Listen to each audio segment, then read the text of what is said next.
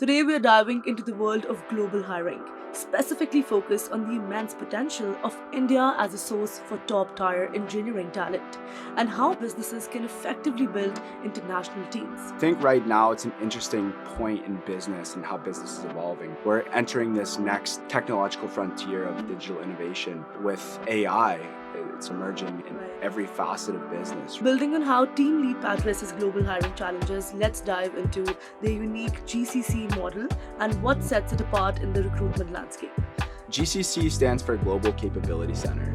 And so global capability centers are one of, if not the fastest growing outsourcing sectors. Hello there, founders and business leaders. Are you struggling to find the right tech talent to scale your business? Remember, the global workforce offers a wealth of skilled professionals. Explore your options beyond traditional hiring pools.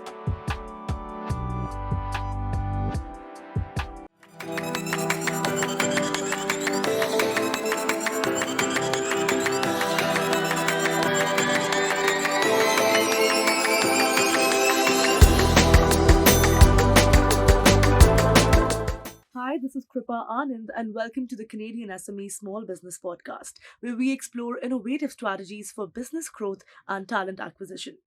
Today, we are diving into the world of global hiring, specifically focused on the immense potential of India as a source for top tier engineering talent and how businesses can effectively build international teams. Now, recent trends highlight the increasing globalization of the workforce and the strategic advantages of accessing skilled professionals beyond traditional hiring pools out there. This discussion today will provide valuable insights for founders and business leaders looking to scale their teams with quality talent. Joining us today is Ben Thompson, founding partner, talent strategy and growth at Teamleap, a company that provides top-tier, full-time, in-office engineering talent from countries like India, professionally managed and equipped for long-term success. So let's dive in. Firstly, Ben, welcome to the podcast. How are you doing today? I'm doing well. Thank you so much for having me. No, it's Pleasure. our pleasure. Now, let's start the conversation by discussing the challenges of hiring, right? Because a lot of people will resonate with that. Building a strong team is one of the most critical and challenging tasks for any founder. Let's understand from your perspective, what do you think are the biggest challenges and hurdles that founders typically face, especially when trying to hire and build quality teams? Yeah, absolutely. It's a great question. And I think right now it's an interesting point in business and how business is evolving, right? We're kind of entering this next technological frontier of digital innovation with AI. It's kind of emerging in Right. every facet of business, right? And so if you're a business and you're a founder and you're trying to incorporate AI into your solutions, into your product, into your workforce, there's a cost that goes alongside that, right? And so, unless you're a founder or a business that has had, serious capital raised from the get-go, or has the capacity to hire some really top quality engineering and AI talent, Right. it's really out of reach for a lot of businesses and professionals. So I think that's a big challenge right now for founders is how do you hire for AI, but also, how do you ensure that you're re-engineering your business to stay top of trend with the emerging consumer demands in AI, and also, in the B2B lens, how businesses are kind of expecting you to be efficient in your products and your solutions. So um, as a new business owner and even a business owner that's been around for 5 to 10 years, the biggest question is I think how do I hire for AI and how do I do it affordably? And so right now, what we're kind of seeing with a lot of businesses is there's kind of two different ways that they do it. They'll typically will look either domestic first, which is hiring those one or two engineers that are real heavy hitters out of San Francisco or New York. But then you're paying 200,000 US to even somewhere upwards of 300,000 US a role, right? Now, to be more kind of reasonable, if you're a new business owner that's just kind of getting started, you're going to start looking at freelancer sites, job boards that have more affordable talent in more remote regions, and that's kind of where we start to see a lot of businesses will make mistakes. Is jumping too quickly into doing that those more affordable options, or trying to figure it out all by themselves. So I think, to tie it back to your original question, we're trying to help solve that a really complex problem of how do you hire for AI successfully uh, as we kind of evolve here in business trends. Yeah. Very Yeah. interesting. I think this resonates with a lot of struggles we hear from a lot of founders. Finding the right talent, especially in such competitive markets, can be a big obstacle, right? And you need to know how to get out of it. Now, Teamleap specifically focuses on India as a talent market, right? Let's explore the potential, that this region offers in particular. Why does Teamleap focus on India as a market? Let's start with that, right? And what do you think are some of the key advantages and the depth of the talent pool that Canadian businesses can access in India? Yeah, absolutely. Well, I think that a lot of people here in North America and domestically don't quite understand how much India has evolved as a country for sourcing and hiring talent. India is now the fifth, possibly even the fourth largest economy in the world. Right. And so some of the largest multinational corporations, the US government, they're looking to India as this sort of next frontier in terms of a nation that's going to have the greatest impact in terms of bilateral trade, Right. and in the increase of that in the next 5-10 years. So the US administration and JD Vance had recently just kind of visited India and said that India is sort of this land of limitless possibilities. And they don't just say so off the cuff of their sleeve. They're saying that because they're laying out roadmaps to accelerate AI infrastructure builds, to do space exploration in tandem, everything really, right? And so when you look at India from the lens of a business manager, you have to understand that the infrastructure that's been built out there has been built for decades, right? It started with IT and typical business process outsourcing, all the way back in the 70s, and has now evolved, tenfold year over year. From 2023 to 2024, they had over 40% year over year growth in global capability centers, which we'll get into obviously here in a little bit. But Teamleap as a provider for talent, we are really just following the trend where the smart money is going to hire some of the best talent. And post 2020, that's where some of the brightest, best expertise is found in some of these evolving, not countries, but regions in India. So we look at India as the future for tech, IT, and AI outside of North America, and that's why we have built our second satellite office there as well. Amazing. And I'll say you've put your money at the right place, Great. because India has always been a golden country, and that's a very compelling case for looking towards India. I think the combination of large talent pool and specific skill sets sounds like a significant opportunity. Hello there, founders and business leaders. Are you struggling to find the right tech talent to scale your business? Remember, the global workforce offers a wealth of skilled professionals. Explore your options beyond traditional hiring pools. Now let's get back to our conversation with Ben and discuss the evolution of global workforce. Now, the COVID-19 pandemic has, fundamentally shifted how many companies approach remote work and global teams. So let's discuss this evolution. Workforce dynamics are shifting rapidly, right? With remote and global teams becoming the norm. How do you think has the global workforce evolved in the years after the pandemic, and what new opportunities and considerations have emerged for companies looking to build international teams? Yeah, absolutely. Well, I think with COVID, we sort of had this overnight digital renaissance of Right. business where, if you were to talk to anybody that was working in banking or financial services in 2019, that in 5 years' time that they'd be able to work from home Monday and Friday, they would have laughed in your face. They would have said, there's no way. They even have interns that are working from home now. Right. So the dynamic of business owners and, industries that understand that you can be productive and contribute from home has really shifted. And so the majority of new business owners and founders now who are starting businesses, they're hiring remote first, especially if you're a North American based business.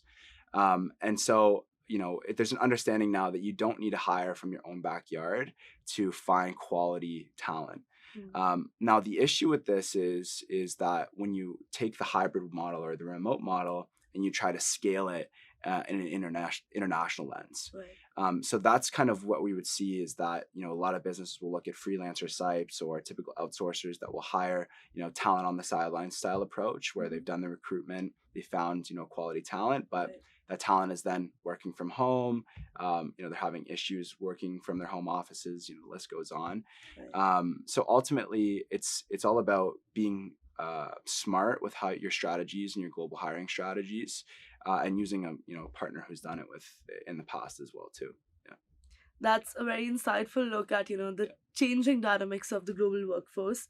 The increased acceptance of remote work has certainly opened up new possibilities. On top of your mind, Ben, if you just had to, point out three advantages and three disadvantages of remote work, what would it be? Yeah, well, I mean, just top of head, advantages in terms of remote work. I think I'm looking at from like a founder's lens. Right. Is what we see here is the biggest possibility is what with outsourcing to India primarily for remote work, Yeah. because it is still remote, but in our model they're working from office, Right. which is kind of our difference. But the benefits really is the capacity to take advantage of time zones. So a lot of people, when you Mm. talk about outsourcing at first, they're hesitant because they say, look, a lot of these professionals, they're going to be working in 9 hours, sometimes even 12-hour differences if you're looking at the Philippines. Right. But that's actually, a superpower for businesses to supercharge their business, because essentially what you can build is 24-hour growth Exactly. engines. Yeah. In the off hours when your team is sleeping, they're building the next solutions, or they're working on projects, contributing to Notion dashboards, that sort of thing. So I don't know. It's kind of a long-winded answer to say, you can have productivity gains, you can have cost savings, you can access talent that you wouldn't otherwise be able to afford here.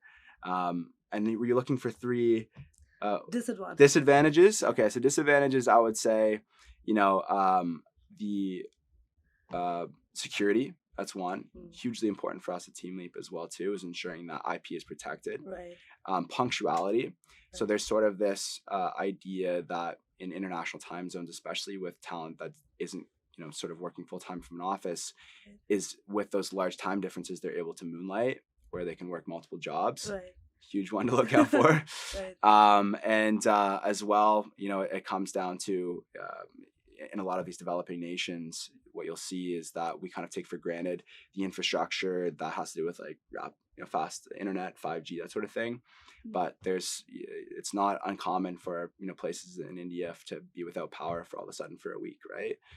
So that's another huge thing that you have to kind of look at from remote hiring as well. Yeah. That's a very neutral perspective. So great answer there. Yeah. All right, it's time for a short break right here. And when we return, we'll explore how Teamleap expertly navigates the complexities of global hiring to help companies succeed. Hey, you think you know UPS? Yeah, that's us. Everybody knows that. You know what you didn't know? This. Okay, try to keep up. Ocean, us. Ground, rail, air, so us. Guess who? Us. Customs cleared, borders cleared, done. Us. You still with me? Wait for it. Boom. Us. Intelligent, automated, fulfillment. Us. Yep, healthcare too. Digital your thing? Yeah, well, book it, ship it, track it. You feeling me yet? Yep, that's all us. That's all UPS.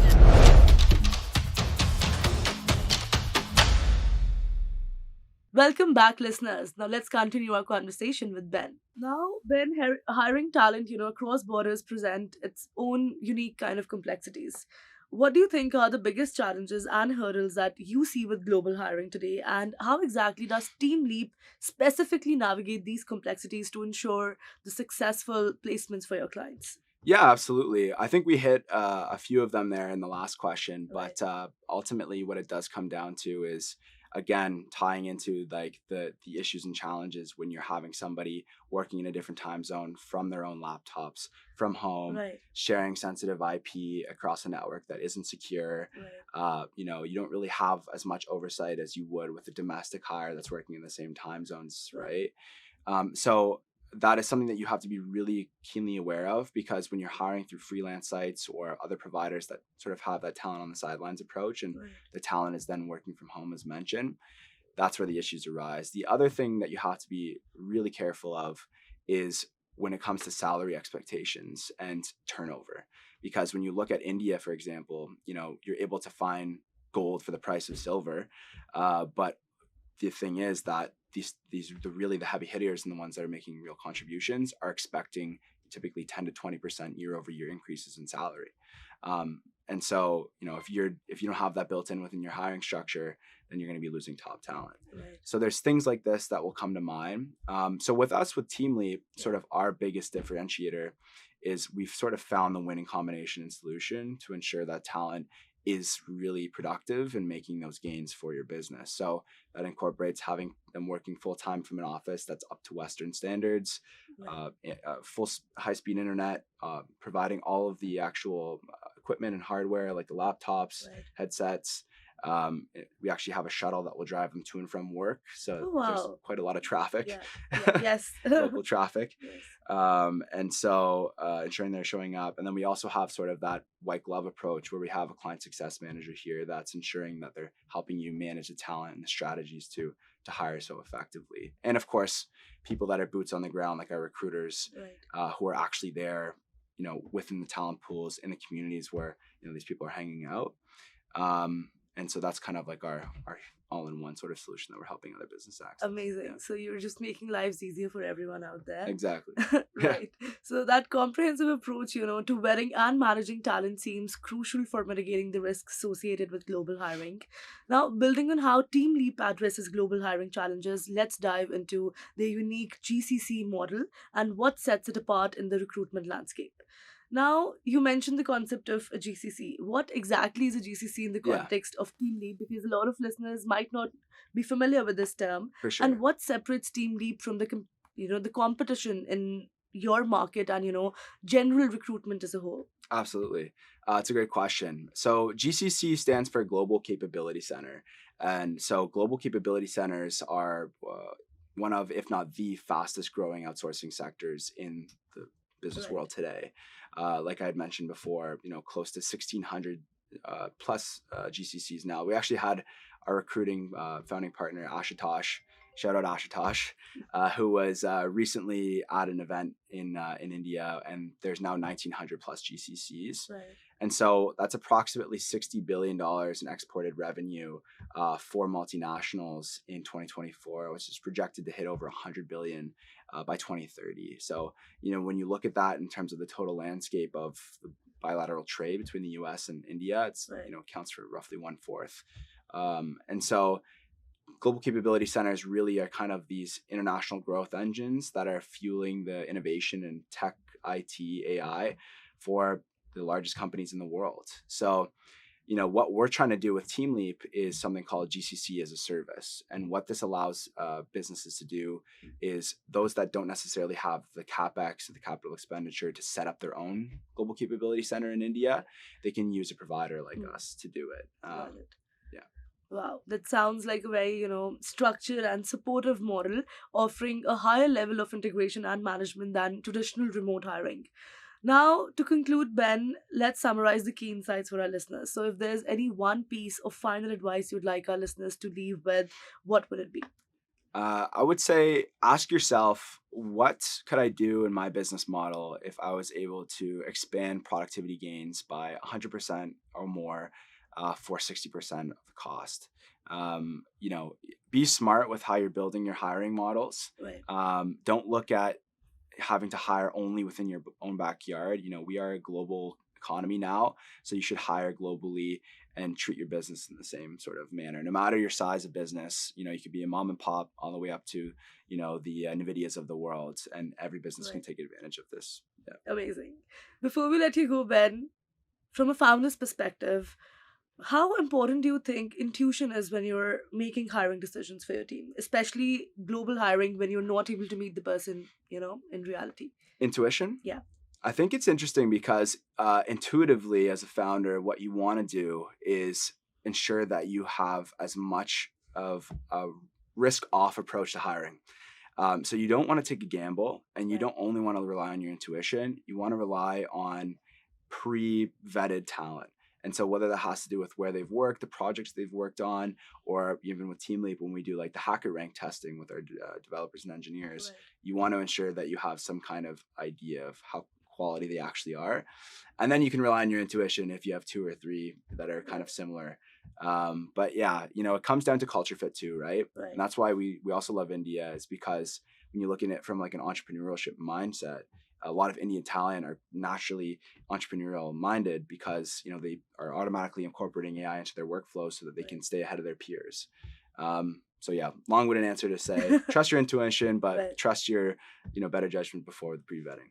Very smart answer, Ben. Thank you so much for your expertise. Thank you. And coming here. It was an absolute pleasure having you on the podcast. Thank you, Kripa. It's been a pleasure. Thank you. That was an insightful conversation with Ben Thompson, founding partner, talent strategy and growth at Teamleap, on the challenges of hiring, the potential of India as a global talent market, and the evolution of the global workforce. Teamleap offers a unique solution for businesses looking to build high quality engineering teams in India in comprehensive management and support. Thank you so much for tuning in to the Canadian SME Small Business Podcast. We really appreciate your support. Also, be sure to subscribe to our podcast for more expert insights and resources that can help your business thrive. Also, don't forget to visit our website, CanadianSME.ca. And lastly, a very special thank you to our podcast partners, RBC, UPS, A1 Global College, and Google for their ongoing commitment to empowering small businesses in Canada. Until next time, keep innovating and striving for success, and we'll see you in the next episode. Kripa Anand signing off.